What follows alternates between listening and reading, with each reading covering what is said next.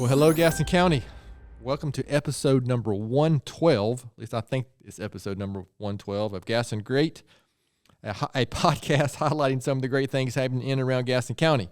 I'm your host, Stephen Long, and we're coming to you once again from the international headquarters of GSM Services, where we simply believe in discussing more of the reasons why Gaston's great. So, this is a special episode today as we are recording this on Wednesday, December 20th. So we're going to call this our Christmas 2023 extravaganza. Is that good, Naomi? Special extravaganza. Okay, so that's what we're going with. So much to Naomi's chagrin, she has actually no idea what I have planned. So, but this is a special Christmas episode, and hopefully by the 20th you're already in the Christmas spirit. But if you're not, maybe this episode will help you get into the Christmas spirit. So we're going to get right to it. And I told Naomi like 2 minutes ago that I was going to ask her a couple questions. And sorry, That's Naomi. how it goes. It's how it goes. That's right. That's actually pretty typical of how we roll here with everything at GSM. So first up, do you have any Christmas memories that are worth sharing? Or anything that stands out when maybe you were a kid, or it doesn't have to be when you were a kid. Yeah. I think the biggest thing, of course, I grew up in church my whole life. We know that by now, right? And so we always did a Christmas production like at my church. Okay. So I just always remember being in those. And then it wasn't until, of course, I got older and the, idea of a Christmas production shifted some, and it was more of, doing plays that geared towards salvation, right, for the Christmas season. And so whenever I got older, it meant more to me to be in those, because afterwards I'd see so many people give their hearts to Christ.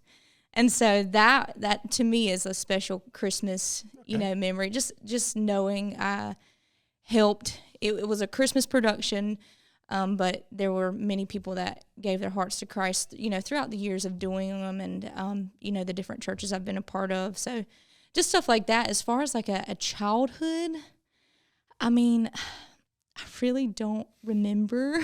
Okay. I think there was like one Christmas I remember waking up in the middle of the night, no presents, heartbroken. Then got back up, and they just were in a different spot, and so I didn't know that. And so I was so that's the only one I can remember, though. So Santa came in between right. the time Probably. that you woke up the first time, and okay, so there's not a set time that he comes, right? You know that, right? Okay. Yeah. So mine is maybe not as the real meaning of Christmas like as yours is, but I do think you remember getting a puppy at Christmas one year. Okay. And Do you remember his name? Blackie, actually. It's a German Shepherd, cute. German Shepherd puppy. And I remember waking up and that dog was yelping, such a high-pitched yelp. And I'm really little. And I thought we had trapped a reindeer in the house. That's a cool And it could have been one, though. that maybe my dad told us that's what it was. He just didn't want sure you to know. enough, yes. Then my dad gets, I think, one of his pistols out, and it says if we got a reindeer trapped in the house, he's gonna take care of it. So we're going down the steps, and I think we remember jumping on his shoulders, just screaming at him, "Don't hurt the reindeer." Of course, it was a puppy, and it was great. #drama. That's hilarious. So, I mean, that's something that just really stands out in my mind. I mean, there were so many others too, between my family and my mom and dad's family. So anyway, appreciate that. So this is another question I think we maybe asked last year for the Christmas episode or sometime. I don't remember how it came up, but I think it was on the McAdenville Women's Race Club. Women's Club. Yeah, that. And okay, it got brought up because of the her husband, their race, right? And yes, Andy Westmoreland dressing up as Buddy the Elf, yeah, which you love. So what is do you have, I just learned before this that Naomi's husband's a little more into Christmas type movies, maybe that type of stuff. So do you have a favorite Christmas movie? The only one that I remember watching and genuinely enjoying, like I like watching it every few years is Holiday in Handcuffs. Yeah, I remember you saying that now. Yeah, like that's the only one I can remember or think of. And I wish I had thought about that before this episode because I would have not asked that question. It's not a bad movie. I regret. It's a Hallmark movie. It's a Hallmark, family friendly. Do you know the older version of Sabrina the Witch, the actress that plays her? No. Yeah, well, That's she's in it, and Mario Lopez. Yeah, I'm sure this is really. Well, mine is probably A Christmas Story, but I will take credit for watching that and that becoming a thing in our family long before it became famous, because the movie was made in 1983. The mid to late 80s, that was a movie that I was already aware of and really enjoyed that, and it's just one that we even have a Ralphie in his bunny suit inflatable in our front yard. Man, that's perfect. Legit, yeah. Yeah, my wife Janet got me that maybe last year or the year before. So yeah, it's something special. It's really great in the neighborhood. I cannot. All right, so I mentioned, so that's all I've got on the question. So this is gonna be a relatively short episode compared to some, but I'm gonna do two things, two short shows that are famous Christmas. One is How the Grinch Stole Christmas, and one is Charlie Brown Christmas. And I got no advice on doing this, but what I've decided to do, I'm actually going to do a reading of How the Grinch Stole Christmas, and then read something also from Charlie Brown Christmas. So if you're not in the Christmas spirit, you're not a fan of the Grinch, I'm sorry, but this is a book that was given to me many, many years ago, long before, and I read it to our kids, and then of course we watched the short, and I'm talking about the original animated version, not the movies that have come out since. Frankly, I might get in trouble for this, but I'm not a big fan personally of the Jim Carrey version, live action version. The newer animated one's actually pretty good, but the actual live action one, I'm just not a big fan of. Yeah. So, and Naomi probably just went, well, nobody's going to listen to this episode. Everybody's going to cut this one off. So we're going to read, I shouldn't say we, I am going to read, and I have timed this, so it's not going to take like 3 hours. But here is How the Grinch Stole Christmas from Dr. Seuss. Are you ready, Naomi? Yes. I don't think I've ever heard. Have you ever seen, surely you've seen How the Grinch Stole Christmas, the animated I've seen the original. Okay, not the original. No. I've seen the Jim Carrey. That's it. And I've only seen it like once. I've also never heard this actually read. Okay. Here we go. But it's not going to quite be as good as Boris Karloff's reading in the original show. Sorry. I was going to say, I don't know who that is anyway. All right, so here we go.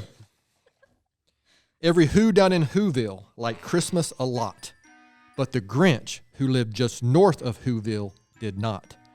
The Grinch hated Christmas the whole Christmas season. Now, please don't ask why. No one quite knows the reason. It could be his head wasn't screwed on just right. It could be, perhaps, that his shoes were too tight. But I think that the most likely reason of all may have been that his heart was 2 sizes too small. But whatever the reason, his heart or his shoes, he stood there on Christmas Eve, hating the Whos, staring down from his cave with a sour, grinchy frown at the warm-lighted windows below in their town. For he knew every Who down in Whoville beneath was busy now, hanging a mistletoe wreath. And they're hanging their stockings, he snorted with a sneer. Tomorrow is Christmas, it's practically here.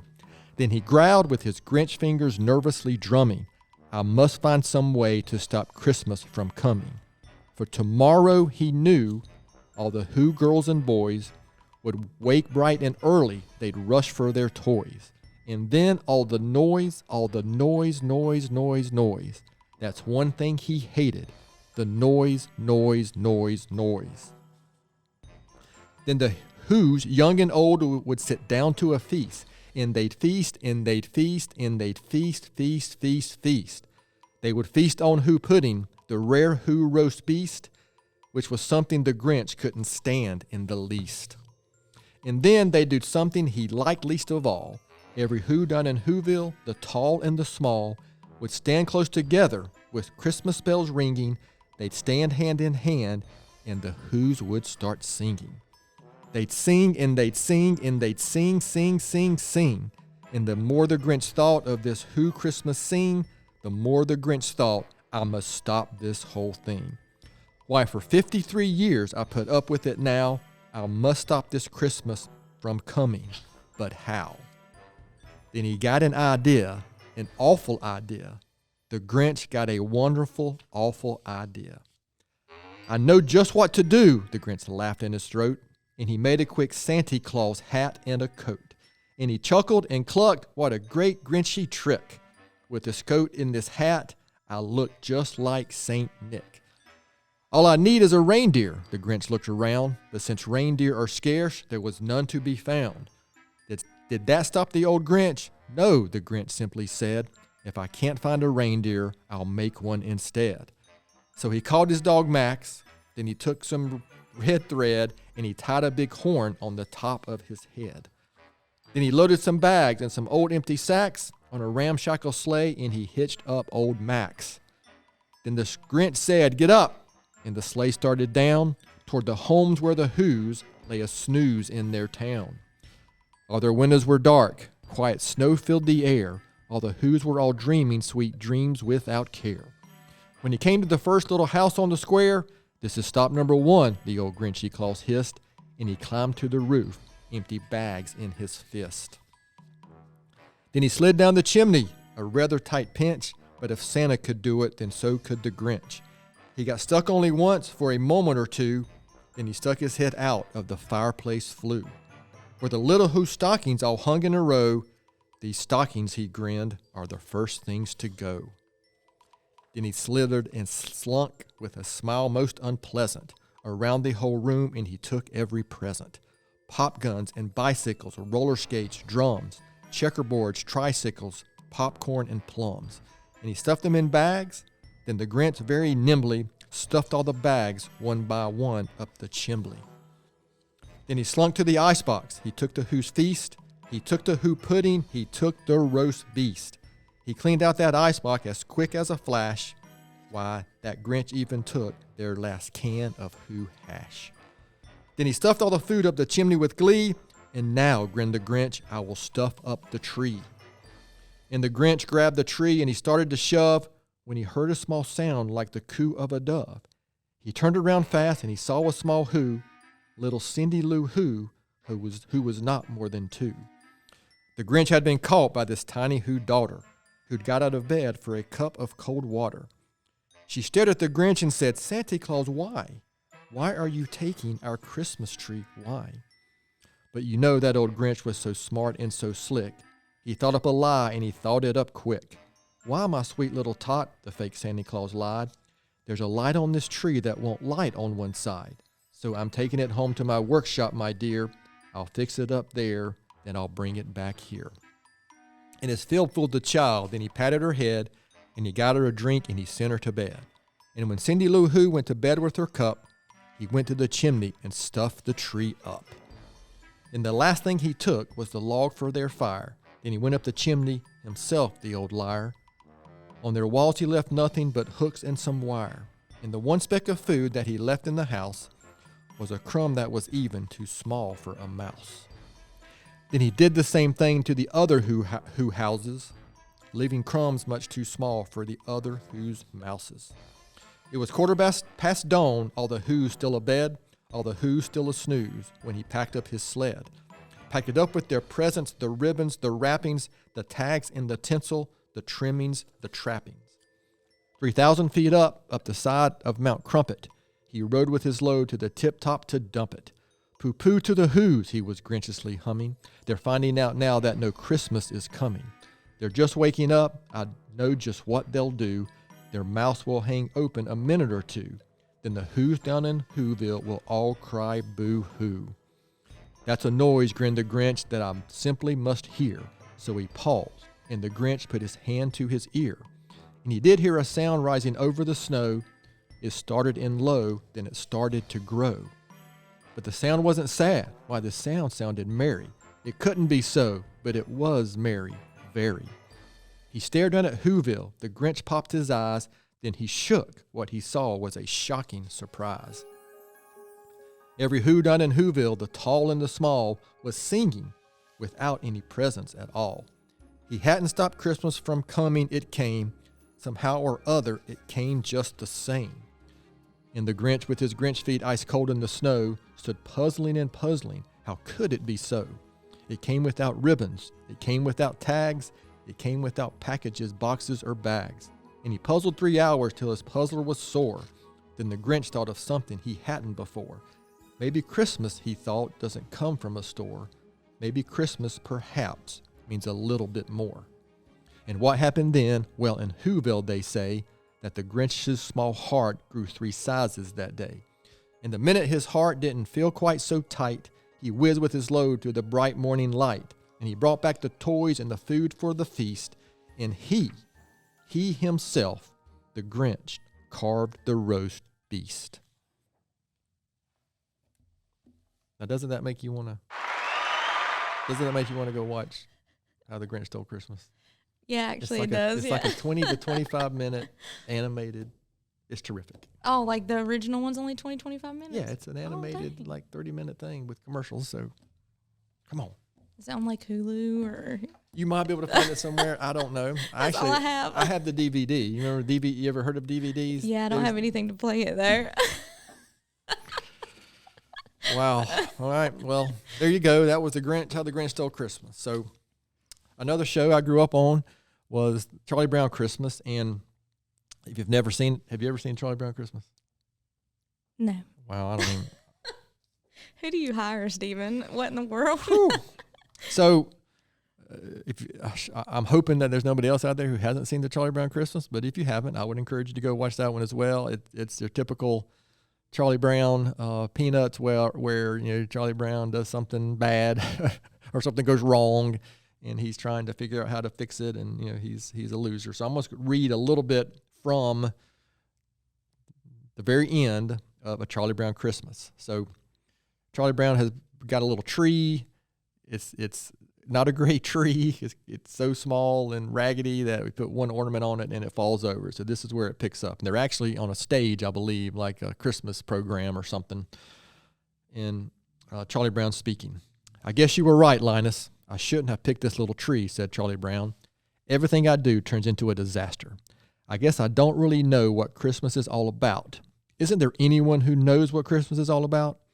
"Sure, Charlie Brown, I can tell you what Christmas is all about," said Linus, as he walked to the center stage and asked for "lights, please." "And there were in the same country shepherds abiding in the field, keeping watch over their flock by night.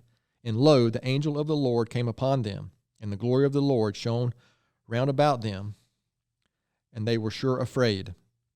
And the angel said unto them, Fear not, for behold, I bring you good tidings of great joy, which shall be to all people. For unto you is born this day in the city of David a Savior, which is Christ the Lord.